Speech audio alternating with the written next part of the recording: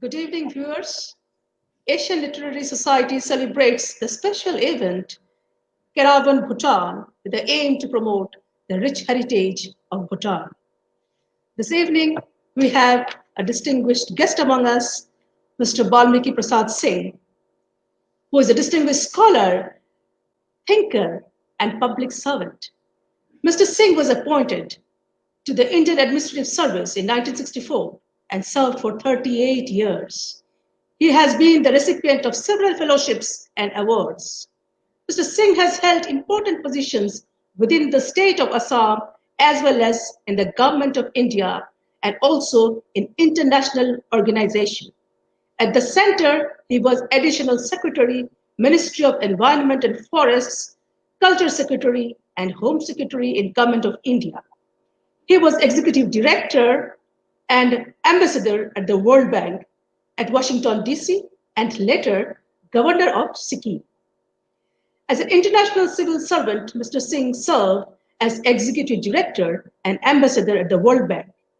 During 1999 to 2002, representing India, Bhutan, Bangladesh, and Sri Lanka, and was one of the founder members of the Development Gateway Foundation and member Global Environment Facility, Washington, D.C.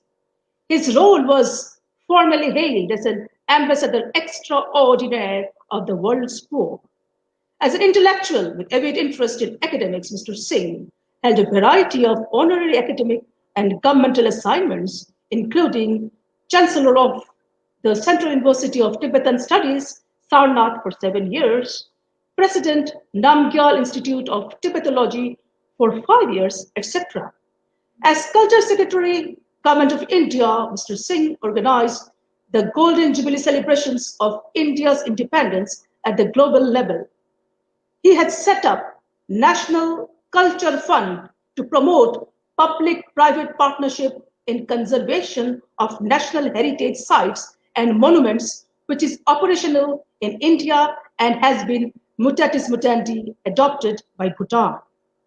Mr. Singh is well known as author of the Bahuda approach, which outlines the path towards a harmonious world as against the clash of civilizations.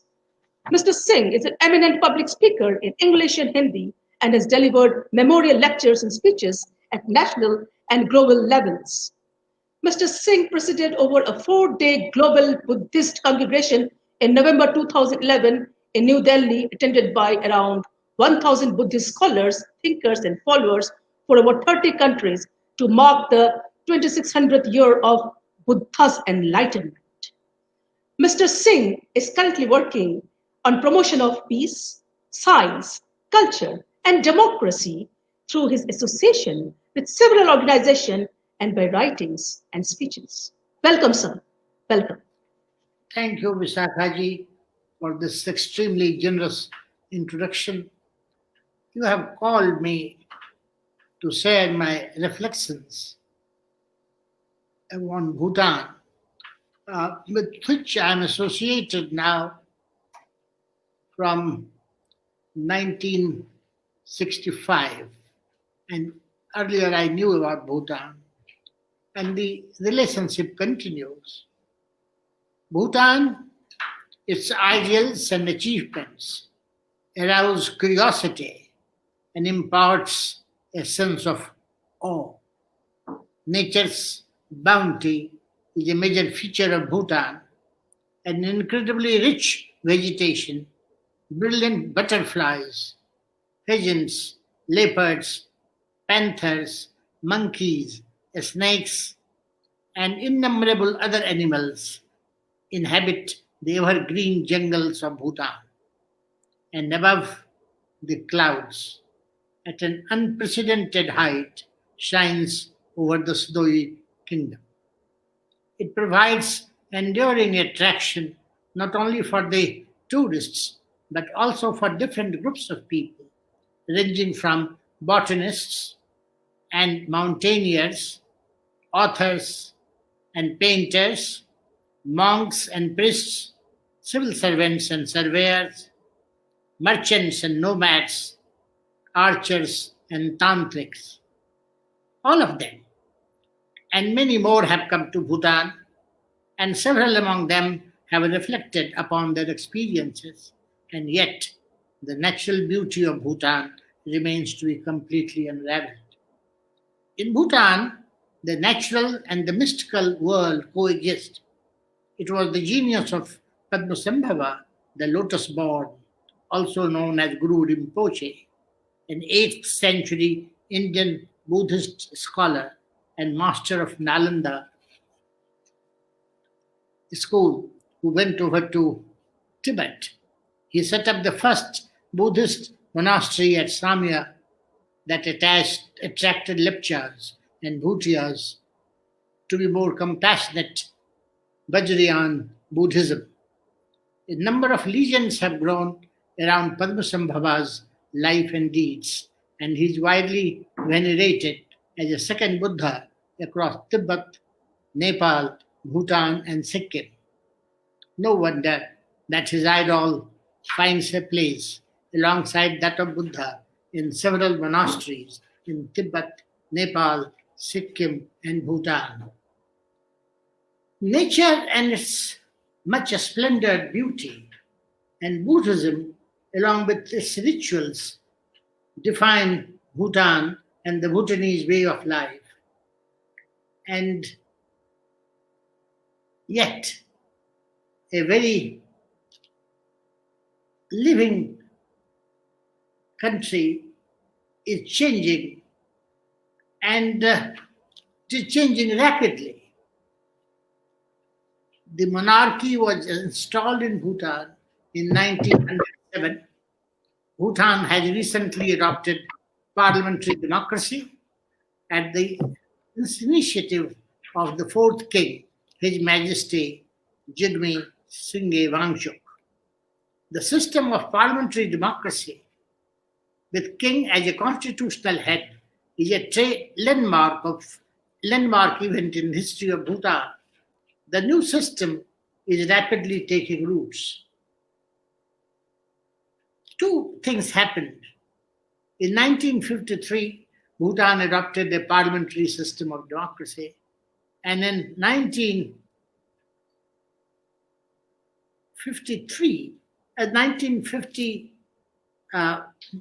2008, Bhutan adopted a constitutional form of government where king is there, the main head, but it is an accountable government. That was in 2008. So this is a big change in Bhutan's history. Bhutan is doing well in several areas of human activity, including natural conservation and harmony among education and healthcare. Bhutan's villages, its passes, tiger reserves, and monasteries, as well as textiles and cuisines, are distinct. Development programs in Bhutan accord respect to ecology and sustainable development. This is being applauded by everyone. I had the opportunity to visit, and remotely work for Bhutan during long years of my public service. In June 1964, I joined the IAS and was allocated to Assam cadre. One of my batchmates at the academy in Mussoorie was Dago Sering from Bhutan. Towards the end of my training, I was allocated to Assam cadre. And also, as you know, Assam then comprised of the present states of Meghalaya, Mizoram, and had de jure control over NIFA, Northeast Frontier Agency, now Arunachal Pradesh. Nagaland was just earlier, in December 1963, carved out of Assam. In June 1965, I was posted as Assistant Commissioner, Kamru, Guwahati in Assam. A few months later, in October-November 1965, a wireless message was received from Shillong, the capital of undivided Assam, that His Majesty Jigme Dorji Wangchuk, the King of Bhutan, was visiting Daranga Mela in Tamalpur circle of Kamrup district, and that the deputy commissioner was to receive him on the borders of the district. My deputy commissioner Kusum Kumar Phukan asked me to get ready for the occasion. K.K. Phukan started searching for his bandgala and expected me to do the same, as the visit was slated for the next day. We dressed for the occasion. Meanwhile, the protocol officer of Assam too arrived from Shillong with gifts to be given to His Majesty on the occasion. It was a few hours' journey from Guwahati to Daranga Mela, but the patch of the road from Rania to Daranga was very dusty. After washing our faces at the dark bungalow, Tamalpur, we proceeded to receive His Majesty. Fortunately, it was not a long wait on the borders. His Majesty arrived with a retinue of his staff. After exchange of greetings and gifts, we took him round the Mela, where he showed keen interest in handicrafts and inquired from the farmers and craftsmen about their welfare. We also hosted a lunch in his honor at the dark bungalow and saw him off in the afternoon.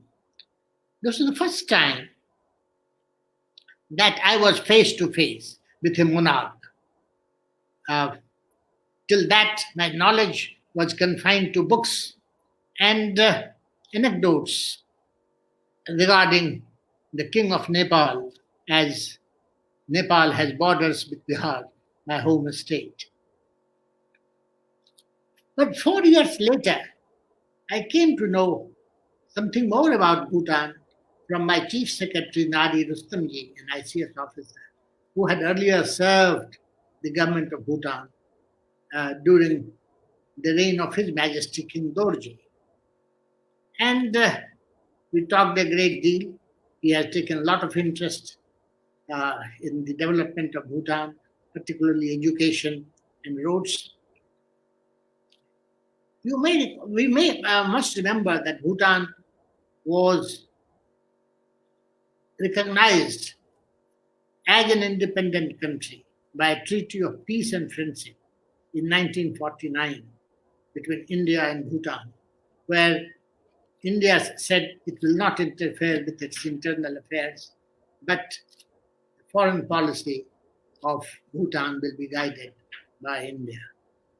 In 1971, I became Deputy Commissioner of Dharam, Tejpur, with headquarters at Tejpur. Mangaldo, a subdivision under my charge then and now headquarters of a new district, had borders with Bhutan. The Bhutanese in large numbers, including traders, frequently visited the village huts in border areas of Mangaldo. In 1973, I became Deputy Commissioner of Kamrup, where I was trained as Assistant Commissioner. And revisited the Daranga Mela to revive my old memories. I became very fond of spending some time inside the Manas Forest Reserve, which came under my charge.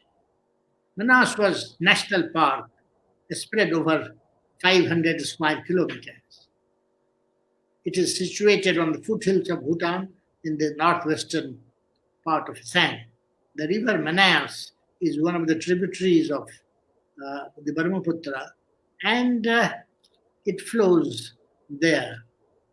Manas was declared as tiger, a sanctuary was declared as a tiger reserve. It became sanctuary in 1928 and tiger reserve in 1973. The reserved forest of Manas had a beautiful bungalow overlooking the Manas River, and Vivek Devroy, the conservator of forests, was an outstanding member of the Indian Forest Service and a very pleasant person to talk to. My wife, as well as my children, enjoyed the surroundings immensely.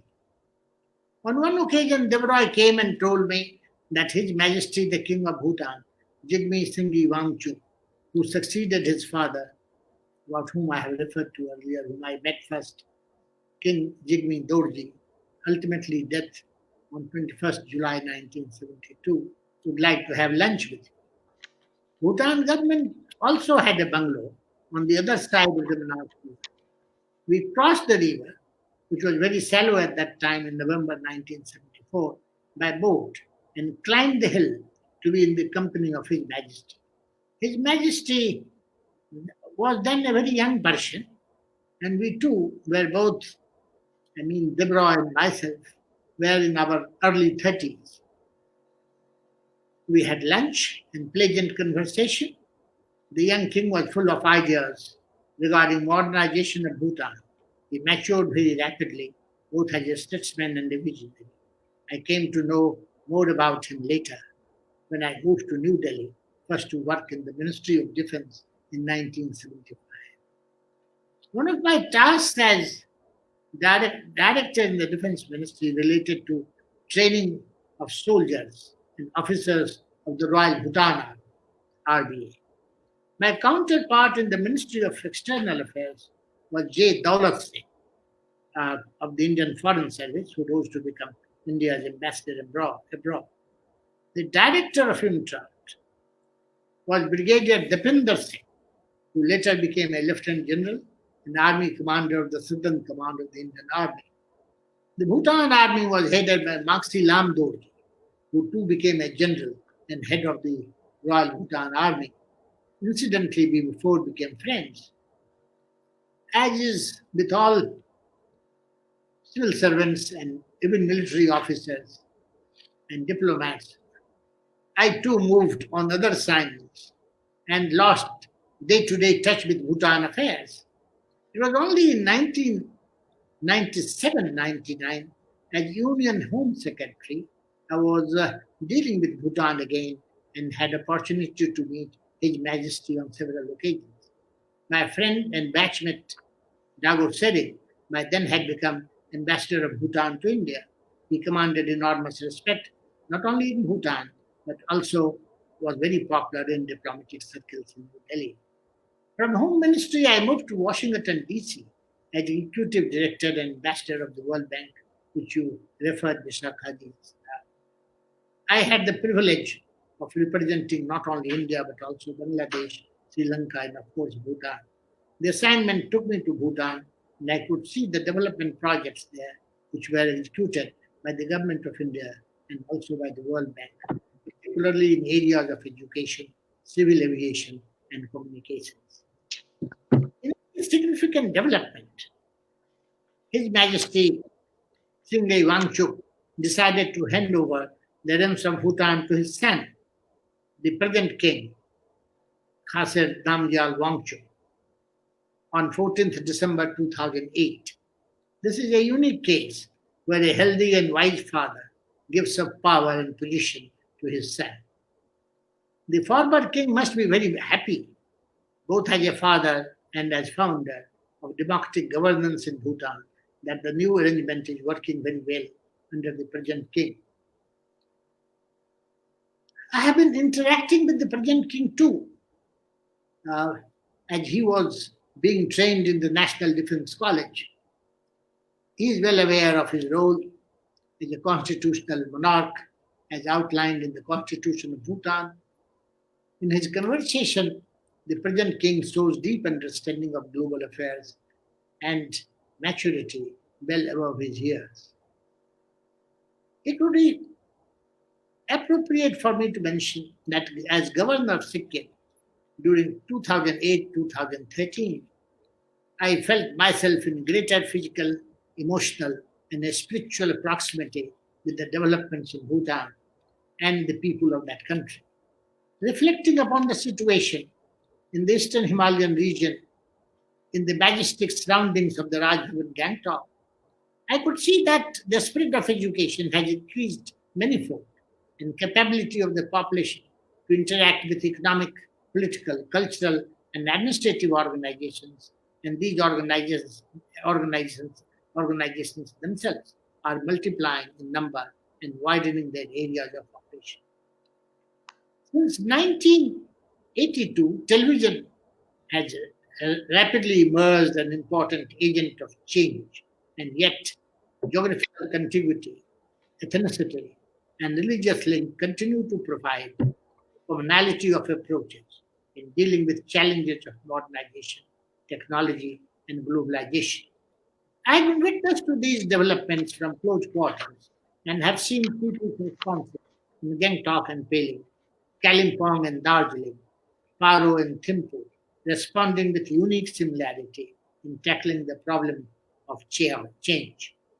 The folklores and folk tales of democracy coexist with those of religions and the rituals, instruments of music and technology, and laptops and mobile phones.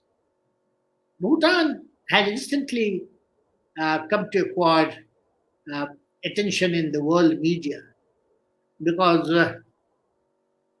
it formulated the concept of gross national happiness. Because people, sensitive minds in different parts of the world were feeling that GDP is inadequate to explain the challenges that this world is facing. So, gross national happiness. I have reflected upon this separately, as you may be aware that I wrote a book called The 21st Century uh, Geopolitics, Democracy, and Peace. Its second edition has now come. And I said that it was in 1972 that the fourth king of Bhutan, I mentioned about him, Jigme Singh Wangchuk, he wanted a more holistic approach for development and progress, taking into account non economic aspects of well being as well. And this was called gross national happiness by him. And this concept that cultural diversity, good governance, health, education, all these are important things along with gross domestic product, a concept that Keynes thought was appropriate uh, to define the new world after the Second World War. And this attracted, because already in America, people were saying that GDP does not understand the value of poetry or education and things of that nature. And it put it beautifully uh, by sensitive minds at the global level. And uh, in 2012, when I was governor, uh, people of Sikkim, Bhutan, and of course in Delhi, they thought that UN said that this we are going to adopt, gross national. And this became the byword. And it was decided that March 20, in deference to the concept of gross national happiness, will be declared as the International Day of Happiness. I hope in the post pandemic era, we hope that the new era would be the era of international happiness. Uh, you know, it will be era of happiness, not of conflict. As to summarize, during the last 5 decades and more of my public service, one matter what has impressed me deeply is gradual transformation in the conditions of the people of Bhutan. For they have moved towards betterment in all respects: education, healthcare, gainful employment, and rise in per capita income. There is tremendous faith in the people of Bhutan, as well as their government, in upholding the tradition of respect for nature. No wonder the constitution of Bhutan, reflecting the wisdom of their people, have provided for maintenance of 60% of land as forest. Friendship with India is an article of faith with the people of Bhutan. So is the situation in India. I'm associated with Bhutan even now, and whenever Bhutan word is used, old memories start uh, crowding my mind. There is harmony between monarchy, democracy, nature, and administration in Bhutan. So long these phenomena remain vibrant, Bhutan would continue to prosper and also be a shining example of peace and happiness in the world. Pandemic has not changed this attitude. I hope the International Day of Happiness will be better celebrated in the coming March. Thank you. Thank you so much, sir, for sharing your wonderful reminiscences of Bhutan. Thank you so much. Thank you. Friends, viewers, stay tuned. We are having a closing ceremony with IFS Mr. Amarendra Khatua. Thank you, sir. Good night. Thank you.